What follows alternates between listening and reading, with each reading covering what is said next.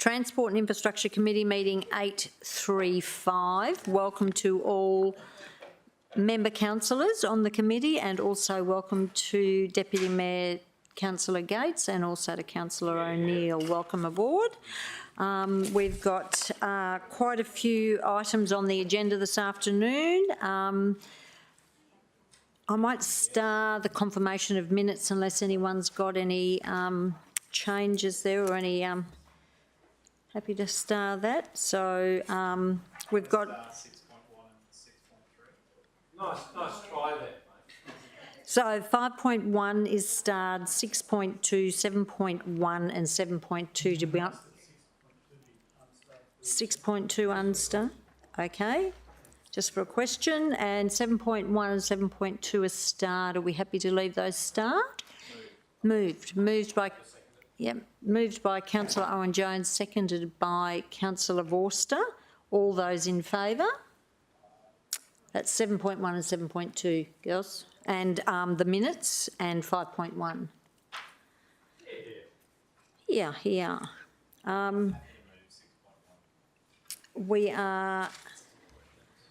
We are going to start off with 6.1. I think... And we've got a video. Through the chair, yes, there is a video for 6.1, Councillor, if you'd like to watch that first.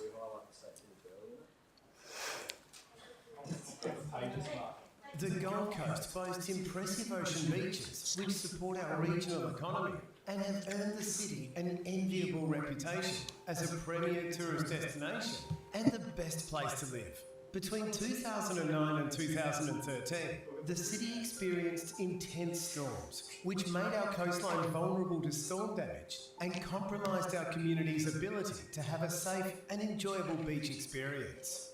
This period of coastal uncertainty impacted the city's reputation and regional economy. In response to these issues, the City of Gold Coast developed the Ocean Beaches Strategy, designed to ensure that our beaches and lifestyle would be protected against storm events and meet the needs of our community. The Ocean Beaches Strategy contained 4 objective outcomes. 1. Everyone can enjoy a beach experience. 2. Our beaches are healthy and clean. 3. Our infrastructure is protected from coastal hazards. 4. There is joint stewardship of the ocean beaches. Over the past 10 years, the city invested significantly in holistic coastal management, which has funded city lifeguards, improved beach access and amenity, nourished our beaches, and built structures that provide coastal erosion resilience. Since 2013, all Gold Coast beaches have improved in all beach health measures. This has helped to accommodate growth in our beach user population, which has doubled since 2015. It has also helped provide our community with an overview of beach health and demonstrate the city's role in coastal management through the annual State of the Beaches report. Beach health is measured using a combination of physical and social factors, including erosion protection, beach amenity, clean water, dune amenity. Results from the 2023 State of the Beaches report indicate that 76% of beaches are meeting health targets. 20% of beaches are tracking towards their target with monitoring required, and 4% require intervention. These results demonstrate that the Ocean Beaches Strategy has provided a tool for integrated coastal management, enabling the city to achieve impressive results over the last 10 years. Signature projects include the Surfers Paradise Sandback Pass project. This involved the construction of a 7.8 kilometre pipeline that will deliver approximately 120,000 cubic metres of natural sand per year from the spit to protect Gold Coast's iconic northern beaches from coastal erosion. The Gold Coast Beach Nourishment Project, where we strategically placed more than 3 million cubic metres of sand along our coastline to re-nourish our most vulnerable beaches. The Palm Beach Shoreline Project, which nourished Palm Beach with 470,000 cubic metres of sand, which was stabilised by 60,000 tonnes of basalt and greenstone rock to form the Palm Beach Reef. and 9,200 metres of public seawalls have also been constructed or certified to help protect our coastline. We adopted a surf management plan, a first for any council in Australia, which will help to ensure that our surf amenity is protected and enhanced for generations to come. The Ocean Beaches strategy has driven investment to protect our coastline from storms and helped ensure the beach is clean, healthy and accessible. However, the Gold Coast is changing, and the end-of-life review of the Ocean Beaches strategy shows that emerging challenges are starting to impact our community's beach experience. These emerging challenges include climate change and its associated impacts, a growing and diverse beach user population, and a wide range of invested stakeholders with differing agendas and project outcomes.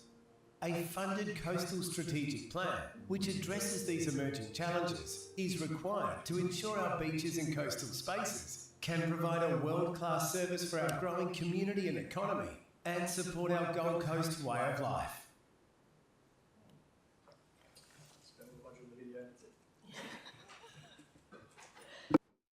So the video, I think, is a nice way to recognise the significant amount of work and investment that's obviously been done in the ocean beaches over the last 10 years. The State of the Beaches report is obviously an annual report that we will be providing, but I might invite Liam, who is in charge of our ocean beaches area, to come up and take any questions in case anyone has any, and there are. Thanks, Liam. And I'll start with Councillor Vorster, then I'll go to Councillor Taylor. Thank you very much, Madam Chair. Just a few questions, and I suppose the first deals with the title of the report itself, the Beaches Report and Ocean Beaches Strategy End-of-Life Review. So albeit in a different capacity, was there at the beginning of this beaches journey, beginning with the 3-point plan for coastal protection, which became the 10-point plan, and then the Ocean Beaches strategy.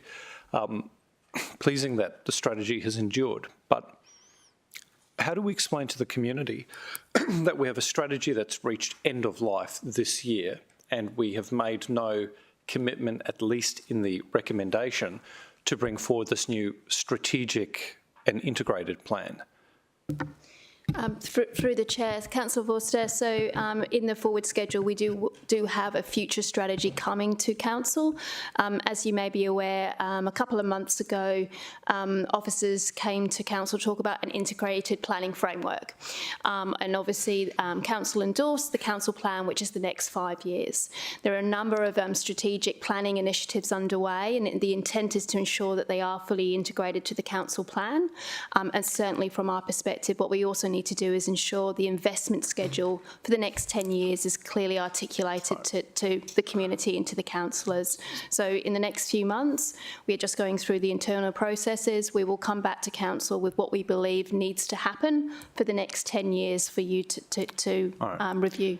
So just for clarity's sake, the new plan will be endorsed before the current strategy is automatically retired at the end of the calendar year. Is that correct? So yes, in the sense that there is interim components. So we obviously finish those. There are business as usual components, and then we develop the new strategy that obviously has different projects underneath it. Okay, and because of our new approach to corporate planning, we will not have a strategy, but instead a plan. Is that correct? We're working through that at the moment. Certainly from our perspective, a strategic plan or a service plan, regardless of the naming convention, what it does need to have is a very clear vision for what the state of our beaches is required and the service level we want to provide and the corresponding investment that we will need to do to continue to keep them to that level. Okay, just a question on, I think, Objective 4 of the OBS around joint stewardship. What did you find when reviewing the strategy at the end of life? What success did we actually have in securing joint stewardship of our beaches, if at all? I'll let Liam talk to this one, because that's certainly some success stories there. Through the chair, so one of the biggest successes has obviously been the ongoing delivery of sand to the southern beaches via TSB, which is obviously a quarter contribution of City of Gold Coast, Tweed Council and each of the state governments. We've managed to secure sand via the Service Paradise Sand Backpass pipeline. So once that's operational, there'll be 120,000 cubes of sand provided, which the city has integrated a new pipeline into an existing state facility. So there's joint commitment there. The World Surf Reserve Local Stewardship Committee has been set up, which has representatives of the local community, of the state government, as well as council. So there's commitment there, and the city runs a number of dune planting events and community engagement programs via the Our Beaches engagement program, which is further success by joint stewardship. I recall many years ago, in the aftermath of ex-tropical cyclone Oswald, there was an enormous capital ask or impost on council to respond to sand erosion.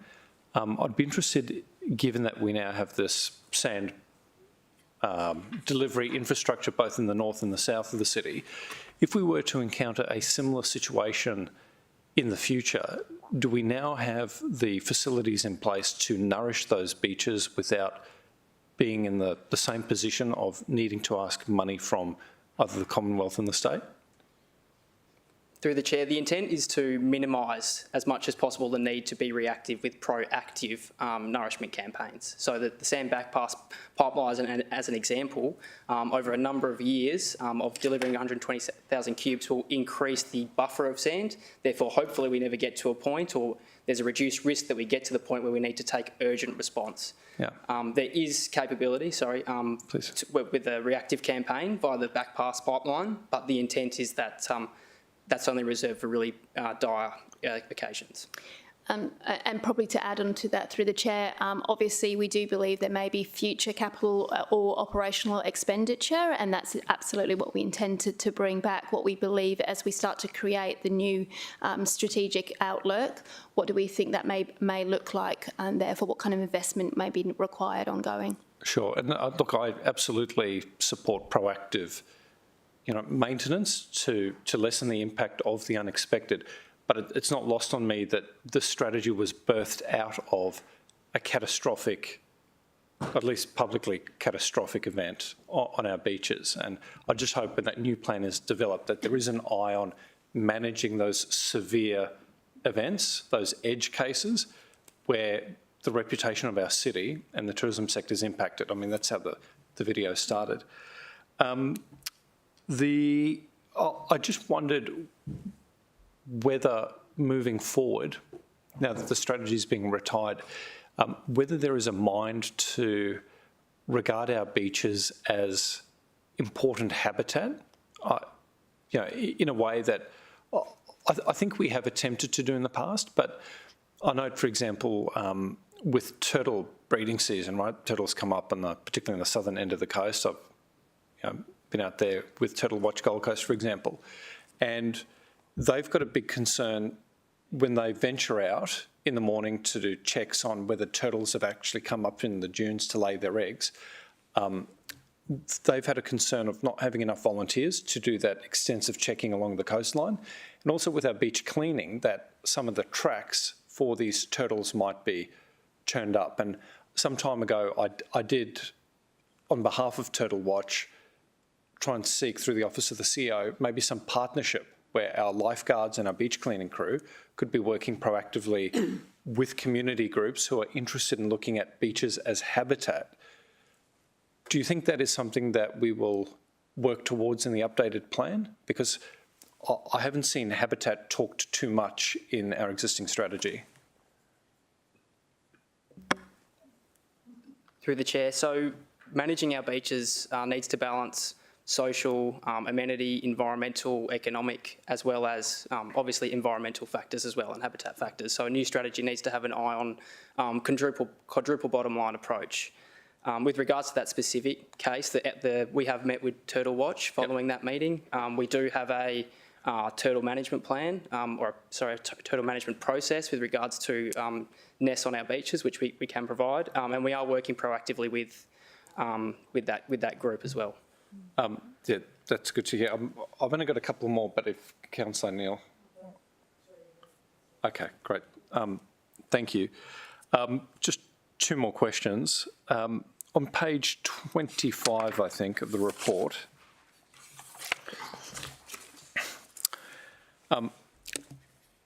point 3, so bullet point 3, which I think is in paragraph 4, leads, however, the end-of-life review of the Ocean Beaches strategy has identified several significant challenges, the third of which is coastal planning faces challenges due to complexities with a wide range of new and existing invested stakeholders, differing agendas and project outcomes. Could I get a sense of who these new stakeholders are and what their agendas might be? Sorry? Oh, sorry. Sorry. Through the chair. So in this case, we're probably talking about, we are talking about the new uses of our beaches. So we've got different types of events that are being run on our beach. So the number of events on our beach has increased from 50 events up to 300 over the past 7 years. With different types of events, we've got new commercial activities happening.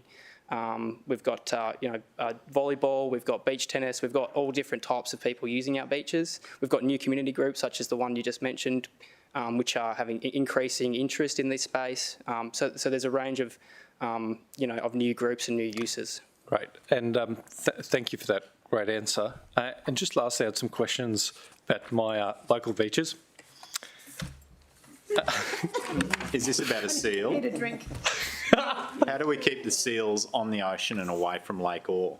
Well, it's the beaches that I enjoy. Helensvale's visiting. got more beaches than you, mate. Classic. So there are three beaches which happen to be neighbours here. So let's have a look at page 50 with Palm Beach, for example. I was just interested, I think Palm Beach, and correct me if I'm wrong, has got the greatest number of orange indicators. So we have 3 out of the 4 there around beach amenity, dune amenity and clean water. Given the amount of money that we've spent nourishing that beach with 470,000 cubic metres with the sand, the 60,000 cubic metres or tonnes of that rock, what more practically could we be doing for this section of Palm Beach, that's the north as opposed to the south, to actually improve beach amenity, which I take to mean beach width, and dunal health? Because that seems to have been a major intervention, probably the largest intervention that we've undertaken as a city, and yet we're sitting at orange. So through the chair, the investment undertaken with the Palm Beach Artificial Reef, the largest benefit of that was on the erosion protection outcome because it placed additional sand, which provides increased erosion protection and increased buffer.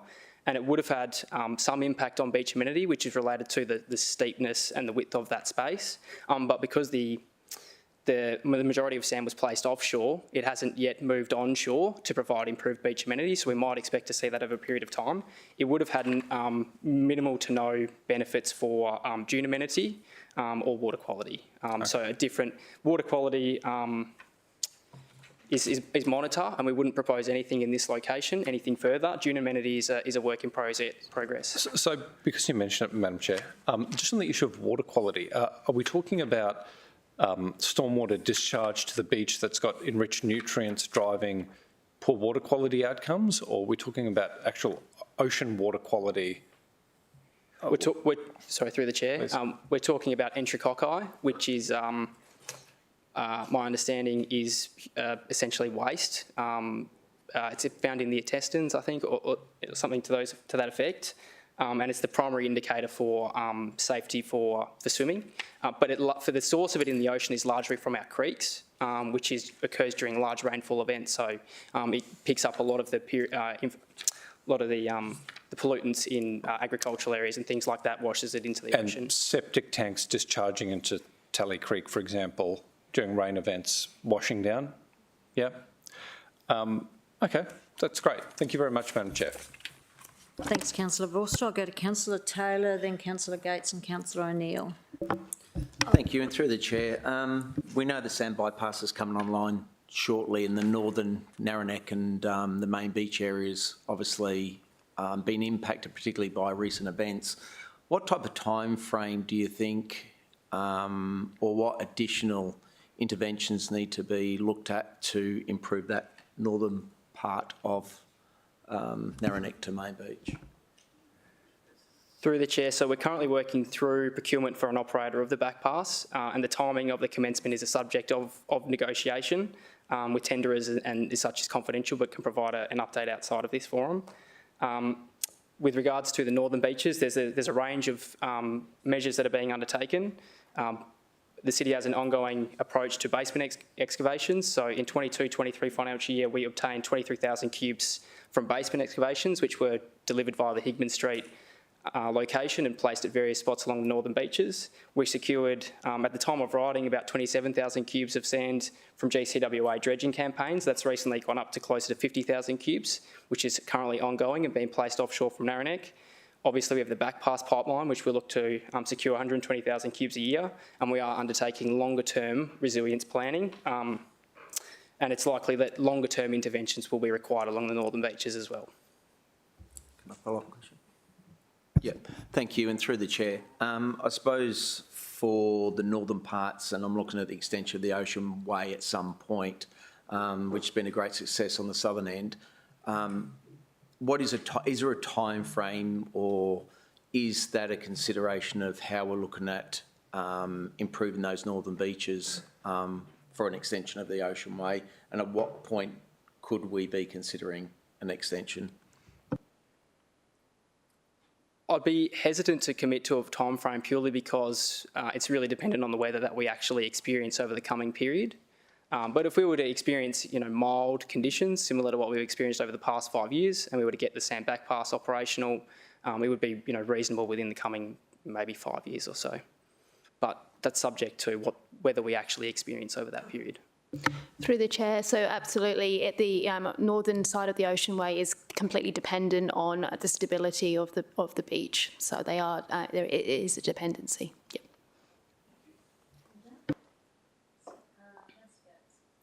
Thank you. I simply have a really simple question, and it's about all of the statistics for the respective beaches through you, Chair. How were they arrived at? The numbers and the percentages of visitation? Of visitation, all right, great. Through the chair. So there's two ways that we collect data on our beaches for usage. The first is our lifeguards. So every single lifeguard will do estimates with a tablet on site, where they'll estimate the number of people doing swimming, surfing, or walking along the beaches, and all of that data gets aggregated at the end of the year. We recently sanity checked that, or proved that, with a drone campaign. So we undertook, engaged Griffith University to fly drones along our entire coastline to do artificial intelligence-driven people counting, and counted all the people on our beaches. Which actually indicated that the numbers that were estimated by lifeguards are actually about 50% of what they actually are, and that's driven by the fact that there's people using the beaches outside of lifeguard hours and also outside of the visibility of lifeguards as well. So that's how we get that 34 million number. Great, that's interesting. And also the same, Councillor Gates, with the weekend patrols as well. It's an hourly statistic that's put into their LIMSOC on their iPad. So it's an hourly statistic. You look from outside the flags, 200 metres in either direction, and identify how many people are in the water, how many surfers, how many are people lying on the beach, and how many of those are just recreating with the dogs and that. So, yeah. Level of information which is valued. Thank you.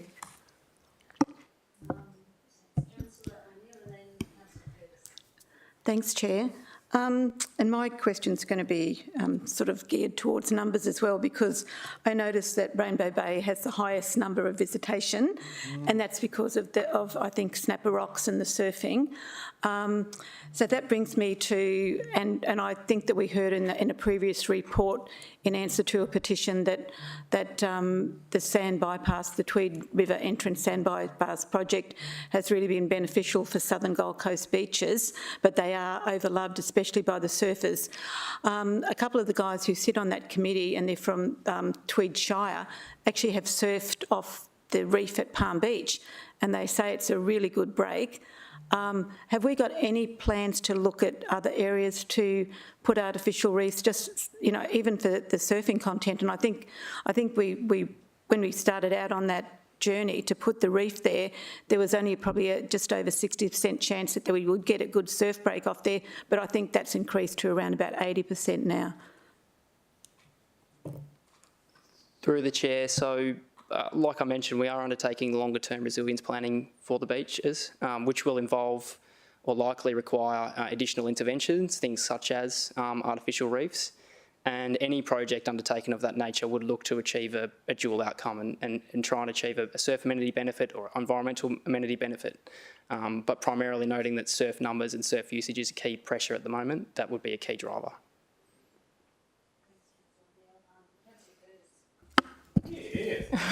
Thank you, through you, Chair.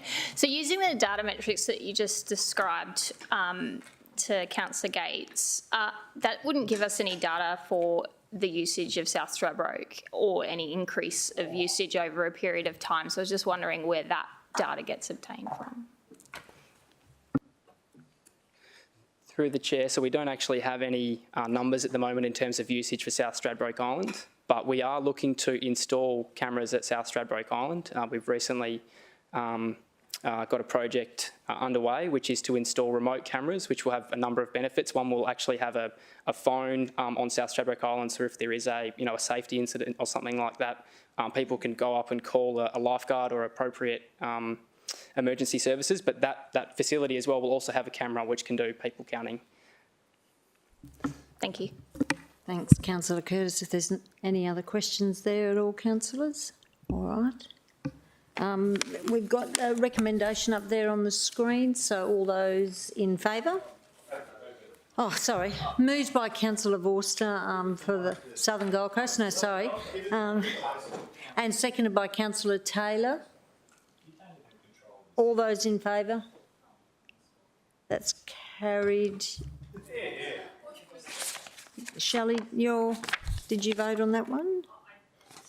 Sorry, Chair, I missed it because I was getting distracted. Just to the right, I think that.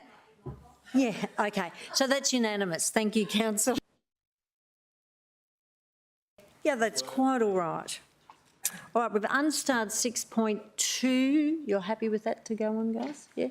6.2, unstarred for Councillor Peter Young, just for a question. And, yeah, local area works program. I had a question just in regards to the tables presented on page, not that one. Not. Page 95, which are projects approved under delegation, and there's a little table there for Division 5. A project is a drinking fountain at Terry and Carrolmore Park. It says that the budget is 18,700, and that's just an estimate. The latest I had on this was it's $21,000, and I'm just abhorred with that kind of pricing. This is a bubbler in a park. I don't know why this stuff's coming to us, because it's not, lifestyle and community sort of assets. It's been put in by Parks and Rec. This is a bubbler that was initially, I was told, no, we're going to have to bring in water from across the road and it's going to be all this cost, blah, blah, blah. Then 3 months later, they found there was a water source right next to where I nominated the bubbler be installed. So a year later, I'm still waiting for a bubbler to be installed. It's $21,000 at this point in time. It's just absolutely ridiculous. And I wanted to highlight that in the context of this report, showing a figure that's quite appreciably lower than what I'm currently being advised. Thanks, Chair. I think they're actually double what they were a couple of years ago. What's The that? bubblers going into parks appear to be double, even if there is infrastructure there, double what they were a couple of years ago. My previous hard luck story about bubblers was 6,500. That used to be the running cost. Now it's easily 20,000. It's just ridiculous. And this is right next to the water supply. Yeah. I'll move the committee recommendation, All right. Chair. Seconded by Councillor Vorster. All those in favour? That is carried.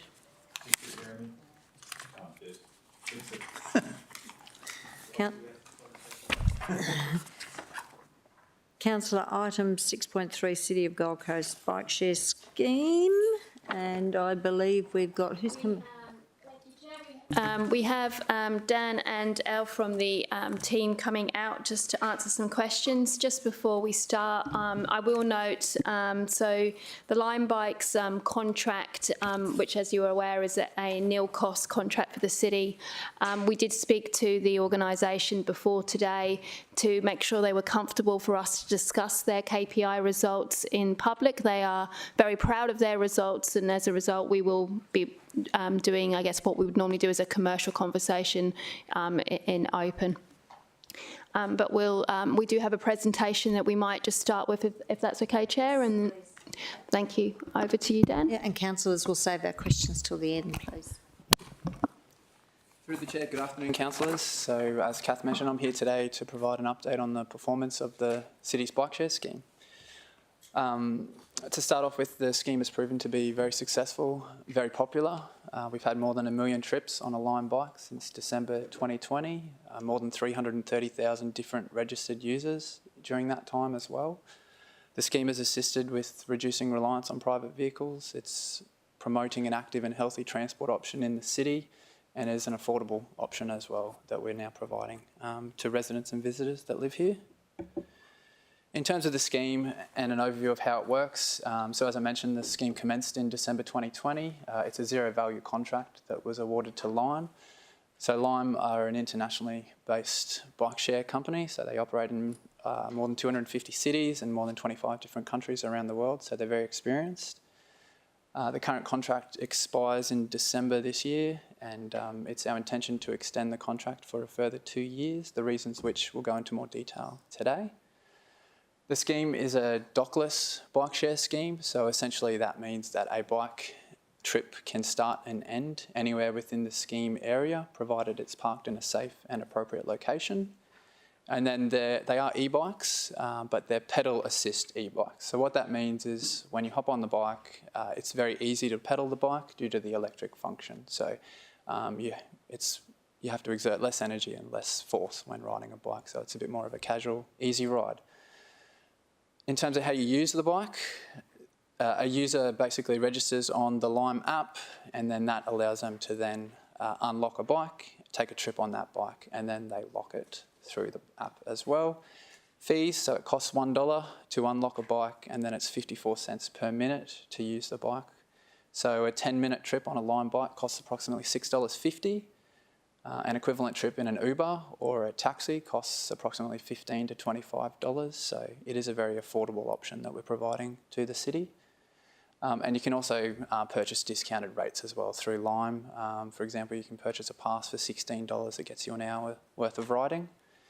And then in terms of how the contract is managed, so complaints, feedback, concerns about this scheme are sent through to Lime, who then manage and respond to any concerns or feedback that are made to them.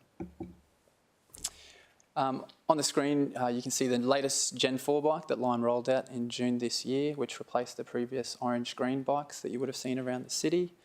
On the right-hand side of the screen is the scheme area, shown in the shaded yellow. We expanded the scheme area in late 2021. Prior to that, it was a bit more centred around the central, Broadbeach, Surfers Paradise, Southport, Burleigh Heads type area. What we found was that this large area that you see on the screen here wasn't able to be fully serviced by the 700 bikes that we've had in operation for the majority of the last 2.5 years. So in order to better service the demand, Lime recently increased from 700 to 2,000 bikes, and we've seen some great results in response to that, which I'll go into shortly. One last thing on the scheme area as well. So the way this works is if a user leaves the scheme area on a Lime bike, what happens is the electric function of the bike disengages, so you're no longer able to pedal easily on the bike, which basically leaves the user having to cycle with a heavy bike with no gears. So good luck to them trying to get far on the bike during those circumstances. In terms of patronage, so as I mentioned, there's been more than 1 million trips on a Lime bike. There's been more than 335,000 different registered users. That number's actually gone up to more than 350,000 since we finalised this report. An average trip distance is 1.6 kilometres, an average trip time is 9 minutes. So just quickly, this graph here, there's a lot in this, I know, but it's basically providing a month-to-month patronage. So the blue is the number of trips that have occurred on a Lime bike, the grey is the number of users during that month, and then the red line shows the number of bikes that have been in operation. So what you can see here is for the majority of the last 2.5 years, we've had around 700 bikes in operation until most recently in July, where that number increased to around 2,000 bikes. And as you can see, the patronage went through the roof. So we've gone, July was our record month. We had more than 100,000 trips on a Lime bike, compared to July last year where there was less than 40,000. So we're certainly seeing really positive results and seeing some great outcomes from that. So in terms of Lime's contractual obligations, so there are key performance indicators included with the contract. So Lime are achieving or exceeding all KPIs within the contract. A couple to note in particular, so in terms of bad behaviour, it's shown on the screen. So that's vandalised bikes. Less than 2% of bikes are vandalised is the current stat that we are aware of. In terms of helmets, so under the KPI, Lime are required to provide a helmet with each bike when it leaves their factory. They're achieving that. They're currently providing 50 helmets a day to their bikes. Unfortunately, there seems to be a trend where people like to steal helmets or not replace them, so it has been a challenge. In response to that ongoing challenge, Lime did introduce a bike helmet locking system into their basket as well. So that was specifically brought in to try and help the situation that we had seen with the challenge of helmets. And they've recently purchased, I think it was 2,500 helmets as well to help with achieving that KPI. One last KPI to note as well relates to parking behaviour. So when a bike is parked inappropriately or in an unsafe location, and Lime receive feedback about that, they're addressing that issue within 3 hours, which exceeds the KPI requirement of 4 hours. So Lime provided us with a snapshot of their customer inquiries, which is shown on the screen here. So this is between January and April this year. So this equates to approximately 2,200 customer inquiries, and this is the breakdown as you can see it here. So some to note. Reports of damaged helmets, less than 1%. Reports of injury or damage, including private property damage, less than 1%. Reports of inappropriate use and parking of bikes, approximately 2% of the inquiries received. In addition, Lime also recently completed a survey, a customer survey, which had some really interesting findings as well. So 40% of users had trouble finding bikes, particularly in underserved areas. This survey was undertaken when we only had 700 bikes in service. 35% of users connect with public transport as part of a Lime trip, and then 65% made a purchase at a local business after riding a bike. So I'll just go through some improvements. So what we did see when we increased from 700 bikes to 2,000 bikes, there was a bit of extra feedback that we received. There were more bikes in newer locations, which did lead to feedback, and we worked very closely with Lime to address, I guess, the changes and the feedback that we received. And so I'll go through a couple of really good improvements that we've introduced recently. So first up, we've got area fleet caps. So as a result of concerns that were being raised, we've introduced fleet caps into some locations. So for example, Palm Beach now has a fleet cap, which means that at the moment there's 75 bikes is the fleet cap in Palm Beach. If more than 75 bikes enter the Palm Beach area, notification goes out to Lime about that, which then results in Lime going out to the area and reducing the number of bikes back in line with the fleet cap. So we have that option in other locations as well, and that's certainly something we'll investigate if and when we see more emerging trends. Lime put on additional staff to account for the additional bikes that are out there. They've got a foot patrol team that are now going up and down the coastline, rearranging bikes, making sure that they're in appropriate locations, making sure they look tidy, especially along the Oceanway type areas. A new improvement as well as virtual parking zones. So on the screen before you, you can see there's some blue P symbols. So what Lime have done is they've introduced virtual parking zones between Main Beach and Burleigh Heads. So what that means is this is a mandatory parking zone. So if a person wants to end a trip within this parking area, they have to end their trip at a parking location as shown through the app. If they don't, they technically can't end their trip and they continue to pay for that bike, and then they run the risk of being fined and banned down the track. I acknowledge that on this screen here there are some bikes not shown on the parking symbol. This was an example before we actually enforced the parking zone, so that's why it looks a bit funny on the screen there. Some other improvements, Lime are going to be moving to 80% end of trip photo auditing shortly, which basically means when a person ends their trip, they need to take a photo of the bike to demonstrate that it's been parked safely and appropriately. Again, if a user continues to not follow that process, they'll then risk being fined or being banned from the service, and they get warnings about that. Lime have continued to partner with a lot of local businesses and events. They've just recently partnered with the Hoppo Ferry, so Lime bikes are being provided at all stops to assist with the first mile, last mile type journeys from the ferry. And they also roll out user incentives regularly as well. So what we're seeing is in September, they've got a good parking incentive program where users that regularly park well will receive incentives through the app for cheaper trips and other types of incentives like that. So in closing, in terms of the overall performance, so as I mentioned, the scheme has proven to be very successful. It's proven to be very popular.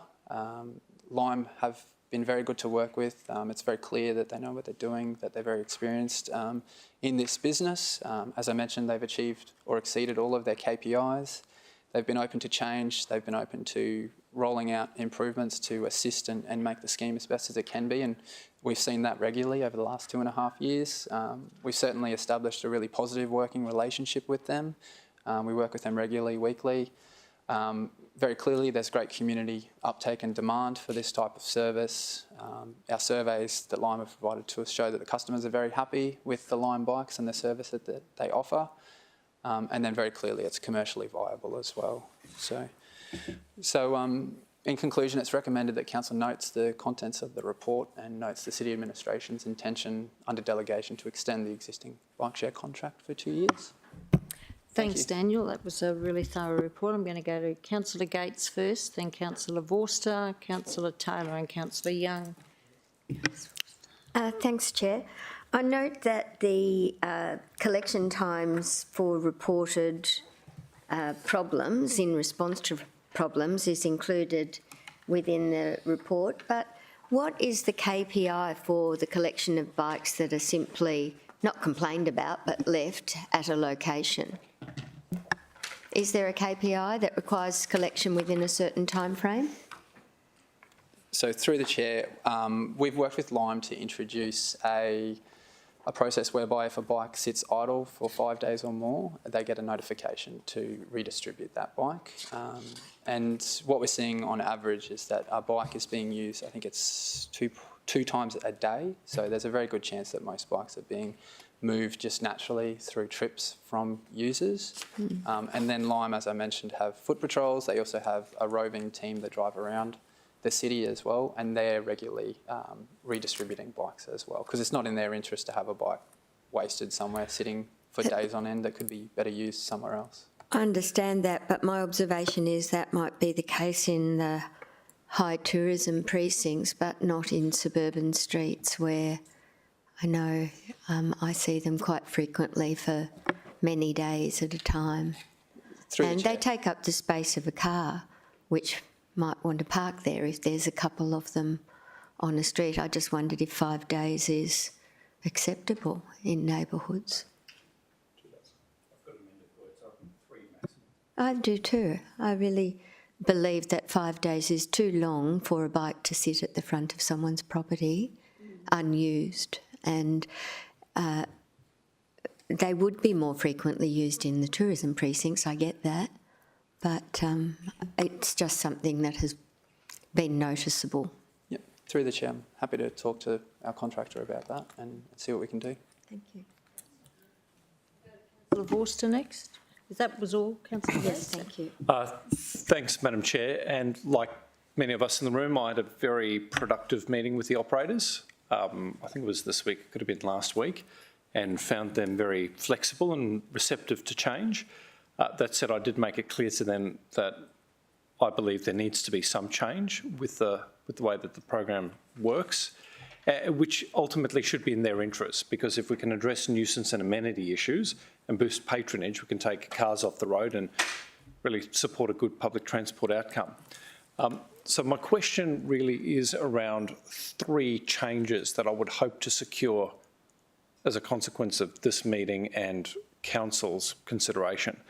And my question is, the recommendation at the moment in Part 2 reads that Council notes the City Administration's intention under delegation to extend the existing, I don't know what's happening with the microphone here, extend the existing bike share scheme contract for 2 years. So we're not being asked to endorse or otherwise the extension. We're merely being asked to note the extension. Did the original contract provide for a two-year option? Through the chair, yes. So under delegation, council previously resolved for the full 3 + 2 year contract. So ultimately, under delegation, I could have just renewed this contract. That's my delegated authority. We thought, given I guess the changes, that it was appropriate to come back to council to discuss, making sure that you were comfortable with that decision. But you have previously resolved for that 2 years to already be taken up. Great, and thanks, Director, for clarifying that. I think you've done the appropriate thing, and I really welcome you doing that and bringing us along the journey. I think it's important for us to own the decision, whatever it is. And I suppose my question is, having supported this 2-year option, is it our option to exercise, or is it their option that they're exercising? Through the chair, it's our option. And do we merely have the ability to extend the existing contract, or in exercising this 2-year option, do we have the ability to negotiate a little bit to introduce some new and improved KPIs that we would like to see met in order to support the continuation of the scheme? How much flexibility do we have? I'll get Dan to go into some of the details. I think certainly, through the chair, we have already seen some significant changes in KPIs and requirements. I think they are a very flexible supplier who have worked with us to look at these demands. Obviously, from a commercial viability, we need to be clear that we don't put so much additional extra onerous requirements on them that they would need to potentially change their business model. Sure. But certainly, Councillor, we're happy to enter into those conversations on behalf of Council to look at how those KPIs could be improved. So through you, Madam Chair, I think it's critically important for us to provide some direction and cover for city officers during those negotiations by including something in the resolution, noting, of course, that they've historically done the right thing. Before we get a response to how far we can bend this, and without talking to emotion, I just want to flag what I'm thinking. I won't talk to it, just list them briefly, just to get a sense whether that's beyond the pale and a threat to their business model. So the first thing I'd like to see is that they be required as a KPI of the contract rather than of their service delivery to engage with peak bodies representing those with low vision and disability to develop strategies to mitigate nuisance and danger. So I'm not suggesting that they change the way that they do business, but I think they should be required to speak with the likes of Vision Australia, for example, who have stakeholders who encounter nuisance, to see whether we can kind of nudge them towards collaboration to address those things. The other one is to ask them to collaborate with our Chief Executive Officer or their delegate to streamline the reporting of issues with bikes. Now, for those of us who've ever fielded a resident complaint to do with the bike, we've got a web page, a landing page for a bike share scheme. People scroll down to the bottom and then there's an email address that people can follow to report an issue. You can't actually report the issue as a resident from your phone other than by sending an email. And I think there are ways that we can encourage them to make it easier to report issues. And I think that's important because there's this big graph that provides a breakdown of the sort of nuisance that people are experiencing. But I think a lot of people, the barriers required to report an issue are so high, I think the complaints are going underreported and the community are getting frustrated. So if we can work with them to streamline the reporting of issues, so reduce the friction in the user experience, then perhaps we will have good data at the end of the next 2 years to support another 5, for example. And the third thing that I'd just like a response to in terms of it being beyond the pale or not is whether we can arrange a new KPI that, so to develop one that requires them to relocate idle bikes in low-profile suburban areas within 3 days. So if I could get a sense of whether that's just going to break their business model. Sure. Through the chair. So certainly I don't think collaboration with any kind of Vision Australia or any kind of body, I don't think that is necessarily a deal breaker. Obviously, if there's some significant improvements down the track, that may have implications, but I think making sure that they are collaborating with them wouldn't be an issue. And similarly, as Dan mentioned, we're certainly happy to talk to them about the 3 days and reducing that KPI, and we'll bring that one back ideally before full council. In regards to the streamlining of the bikes, obviously that would potentially mean things such as integrating into our mobile app, so to report those issues. What we wouldn't want to do is become the middleman and in between the process at the moment, which is why it goes straight to their email, so it gets into their reporting system. So we could look at that, but that would be at the city's cost because that would be our app potentially that we would look through. I haven't done enough assessment of their tech to know whether they've got integration available. No. If they do, it would be It's just an email, so they literally have, like we have. Yeah. So somebody reports a bit of graffiti, it generates an email that goes to the customer contact centre. Yeah. They've got the equivalent. And even if there's an option where they press a button on the app that says, oh, this is actually for Lime, click here and it'll open your email client, for example. I just worry that we're under-reporting incidents. Yeah. So, thank you. Thank you, and through the chair, I think I'm more interested in the new agreement coming up, and I did catch up with the director, and I was fortunate to be overseas, and I used Lime bikes through one of the cities, and I think it's really important that we do have the Lime bikes as transport mode through the area, but the problem we're all experiencing is where they're left, helmets, and how they're used. But what we found overseas, which I have spoken to the operator and the team here, is they do have the ability to have parking bays, which we can see here, but the app actually forces you to park in and directs you to those parking locations. Again, I have spoken to the operator and they do have the technology, so if I'm taking the bike and I decide to just park it where I like it, it tells you, no, you can't park here, and directs you to an appropriate parking spot. The second part is a helmet. I do notice there's a lot of bikes without helmets, so I'm not sure where the data is coming from, but what I see out there is the amount of helmets that are not with bikes for someone to use is definitely a real problem that I see. My understanding is they've got a new mechanism that will improve that. And the third part that we did notice, which I believe, and again speaking to them, is the geofencing for places like our Ocean Way where we can reduce speed, our malls where we can disconnect it. So I think they're real important keys to make something like this successful, that they do have the ability to do, that I think it's really important that we capture that does form part of the new agreement moving forward. They're very proactive and said they're happy to work with us as a city, and I did have that conversation with them recently, but it'd be really important that agreements coming up that we are able to embed some of those requirements in the new agreement. So I suppose the question is in relation to ensuring what they're talking about doing, that we can embed it into the new agreement. So, up in the resolution. Thanks, Councillor Taylor. Councillor Peter Young and then Councillor Curtis. Thank you, Chair. And thanks to the officers for the report. I've used Lime bikes elsewhere, but not in this city. And I think it's a great product. And I think this is a good report.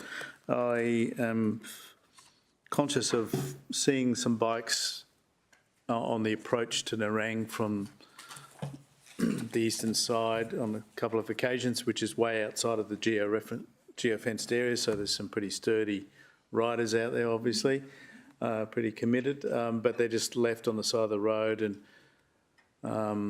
obviously way outside of the service area, and so it does take a bit of time. But having said that, I didn't report them, and I'm pleased to note that the turnaround is usually 3 or 4 hours on a complaint being made, and I think that's pretty reasonable.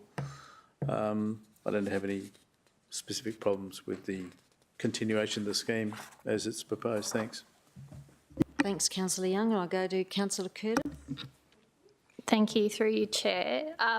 So I too think they're a great program, and I'd like to see an increased use of them.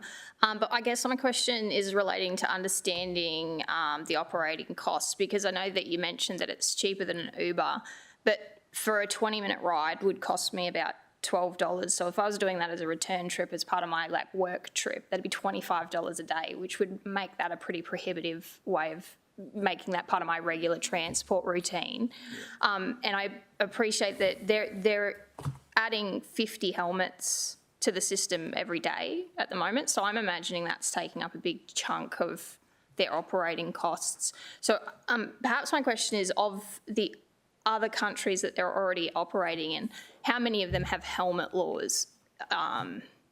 Or have they got a really viable and successful program in a country that has a universal helmet law like Australia, and is the cost there similar to what we see in our city? Through the chair, that's a good question, and I don't have that information. I guess one example that I would give is when they started on the Gold Coast in December 2020. They were an experienced operator at that time, operating in many other cities. The helmets were able to be freely left on the basket. That's based on their experience. However, through that journey, it was pretty clear that that system, which they've obviously used in many other locations, wasn't necessarily fit for purpose here, which led them to then introduce the helmet locking system. So I guess that was certainly a learning that they got from coming to our market. I'm not too sure how the helmet situation looks in other countries. In terms of the cost, my understanding is the cost is very similar to the Melbourne and Sydney Lime operations, but I'm not too sure about overseas, sorry. Thanks. Thanks, Councillor Curtis. Councillor O'Neill. I'm on the end. Thanks, Chair. I hadn't seen your hand, sorry. I had a meeting with the Lime Bike person yesterday, and they've just extended the service area down into my area, but there aren't any dedicated docking stations down there as yet, but he assured me that they are going to come, so that may alleviate some of the problems. We did talk about and it says here on page 100 about whether if they do park them in a place where they shouldn't, that they may impose a fine. Well, they really can't do that. They don't actually have the jurisdiction to fine someone, and they haven't really tested that out yet. But one thing I did ask them to do, and they're looking at it, is the go slow. I've got lots of kilometres of ocean way in my area, but the go slow areas should be around where the surf clubs are, because there's a lot of activity out the front of a surf club on any given day, especially on the weekends, with bikes. And we have signs to say to slow down or to dismount or something like that. But they said that they were going to actually look at programming a go slow, through those areas. So, and they have the capability to do that. So I thought that was really good. I did get one complaint about the cost. Someone, comparing it to an Uber, but I mean, that's your decision at the end of the day, because you do know the cost up front. So that's your choice. It was quite a few mornings in the last couple of weeks down along Burleigh there, where we know there's so much construction going on.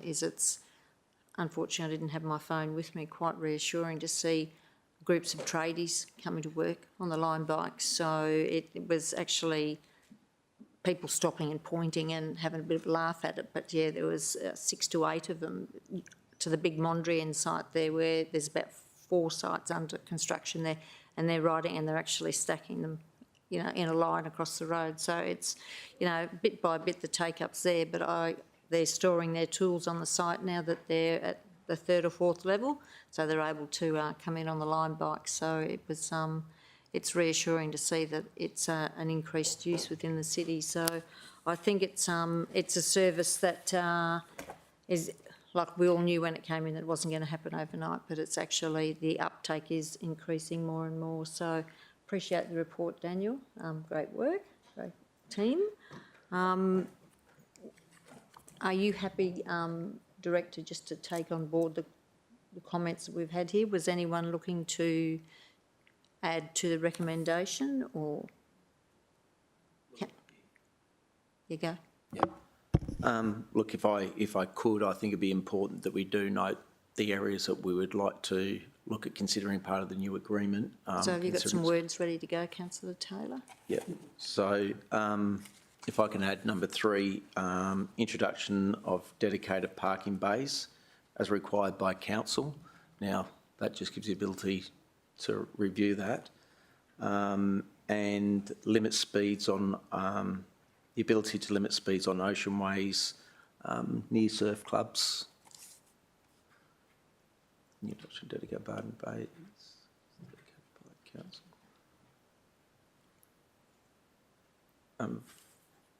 Make it 4, limit speeds on ocean ways and near. As a number 4, Councillor? Number 4, yeah.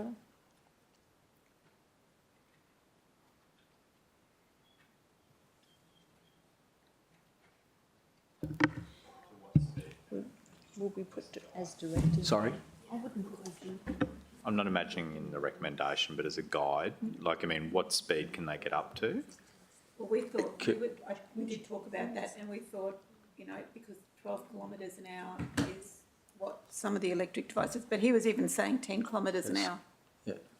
So it's ability. What's his suggestion, not mine? Through the chair, can I, sorry to interrupt, the current go slow zones that have been introduced into the Gold Coast by Lime have 10 kilometre. Yeah. So that means that at 10 kilometres, the electric function of the bike no longer works.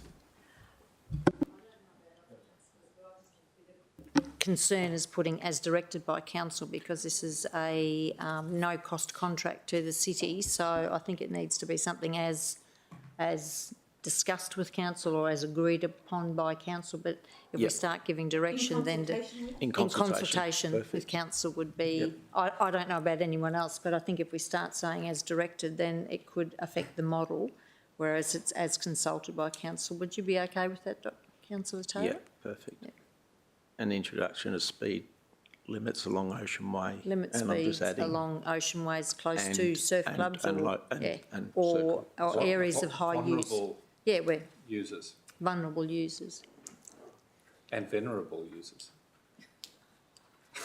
And was there anything else there, Councillor Taylor? And the only other last one is, if I can add, limit access to malls.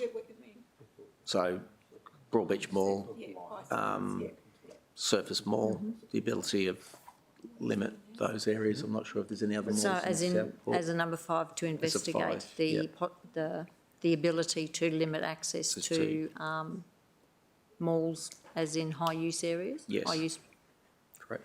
Pedestrian areas. Limit access, but that wouldn't be illegal. Yeah. Unless there's a specific. Yeah. I'll go to Councillor Gates now, so we can get tidied up. It simply doesn't work in its current form, because we're extending the existing, according to this bike share scheme, and then we're trying to introduce on the fly new provisions. If we either don't endorse it, in my view, and investigate the introduction of dedicated parking bays, speed limits and access provisions before we endorse or gives the delegation. I can recall that we did look at the potential for parking bays, but like where would they be? Would they be on street taking up existing car parking spaces to the annoyance of our community who've never got enough? There needs to be more than just introduction of parking bays because we're not giving any guidance about where that might be. So through you, Chair, to the Director. Sorry, through the chair. So I think a couple of things. So a parking bay, also that parking area, is what Dan showed in the presentation, which is different to a docking station.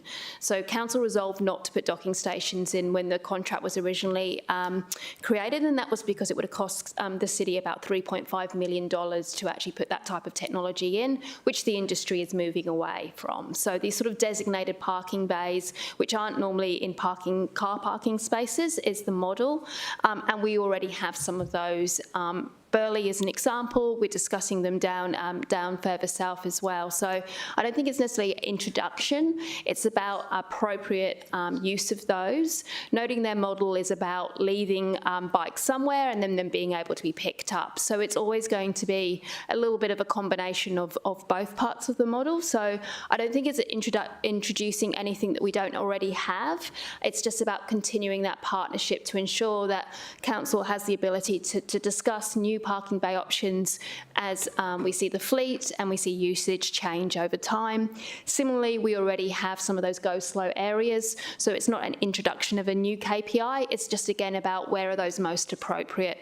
Similar, limiting access to malls will be about whether we can actually geo-fence in certain areas within the current component. We're never going to be able to actually stop them from working, and as Councillor Young pointed out, there are people who've met Dan's challenge and managed to cycle them further than they're supposed to be. So we're not going to be able to actually necessarily stop them, but we can absolutely work with Lime to put some of those components in. So I think maybe we would just tweak those additional recommendations, if we could, Councillor, just to sort of be about ongoing, work in those different areas, and obviously noting that Councillor Forster also asked us to look at reducing from the 5 to the 3 days for the idle in there as well. Thank you very much, Madam Chair. This reminds me of my equestrian motion from last round. It doesn't flow very well, and I just wondered whether, as Chair, you might have an appetite just to adjourn for 5 minutes to finesse the words, and then maybe we can come back, because give a soft touch to Lime and try and secure an outcome. Yeah. We ended up in a really well place. Well, Councillor Gates wasn't in the council. We'll adjourn for 7 minutes and we'll be back at 3:45 p.m. Thank you. You're happy for mine?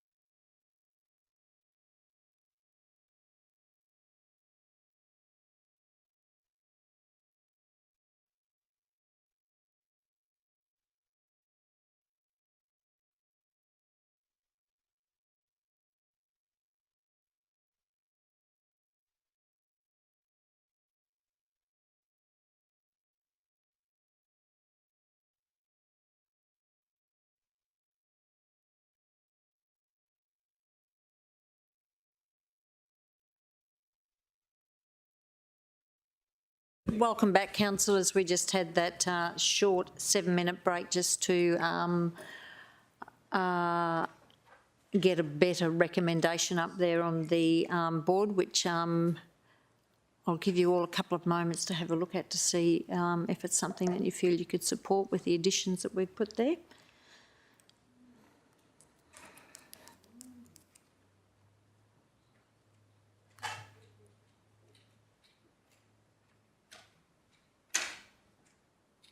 Councillor Young.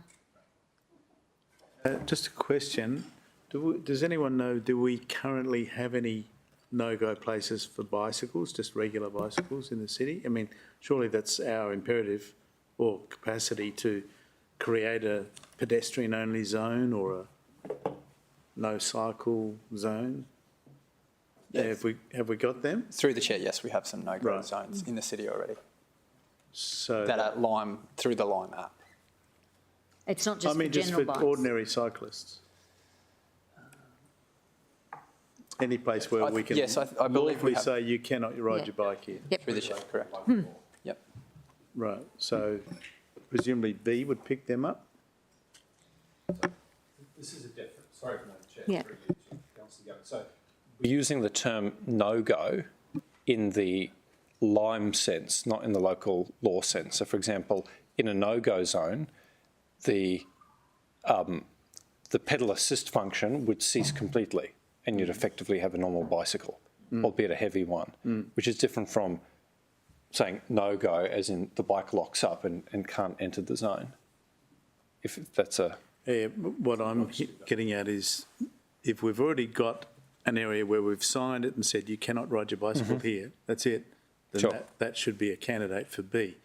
Otherwise, we're just creating this other level of pseudo-legal restrictions, which is only really about the contractual capacity of the And what bike. we're doing here is at the contract level, we're allowing how many devices? 2,000 through this, bikes. 2,000 bikes through the city. So what we're saying to the provider is these are the conditions that we would like you to manage having that many bikes in the area.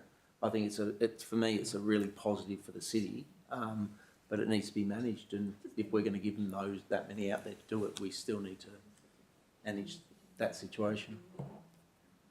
Councillor Owen-Jones, you've got a contribution? I've got a question based on what Councillor Taylor's just said, and their number of bikes escalated from 700 to 2,000. If we give them another 2 more years, is there a cap on the number of bikes that they can introduce?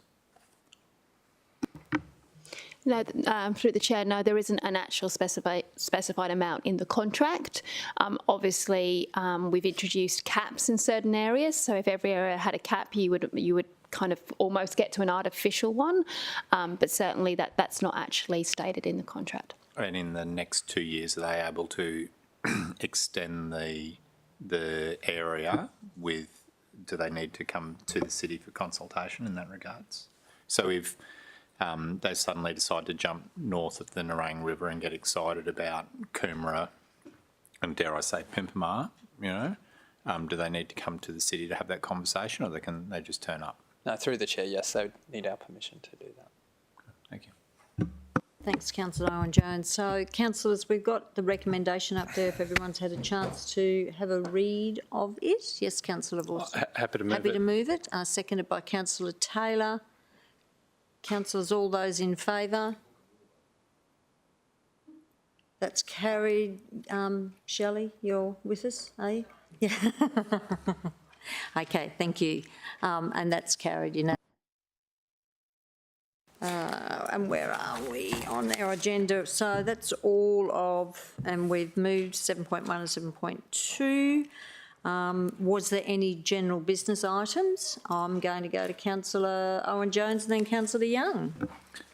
Chair, I'm not too sure if it needs to be a formal general business, but it was just in regards to the Lions Club looking to update the signage in Division 2, and I was just wondering, I had an indication from one officer that it might need to go through our community grants program, and it just didn't seem to be like a very practical way to resolve a limited amount of signage. So they just wanted to update the current contact details and meeting locations. And I'm sure that we've all got similar service club type signs. They're actually the city's signs, they're not the club's. So I was just wondering if the director could maybe have a look into it for me.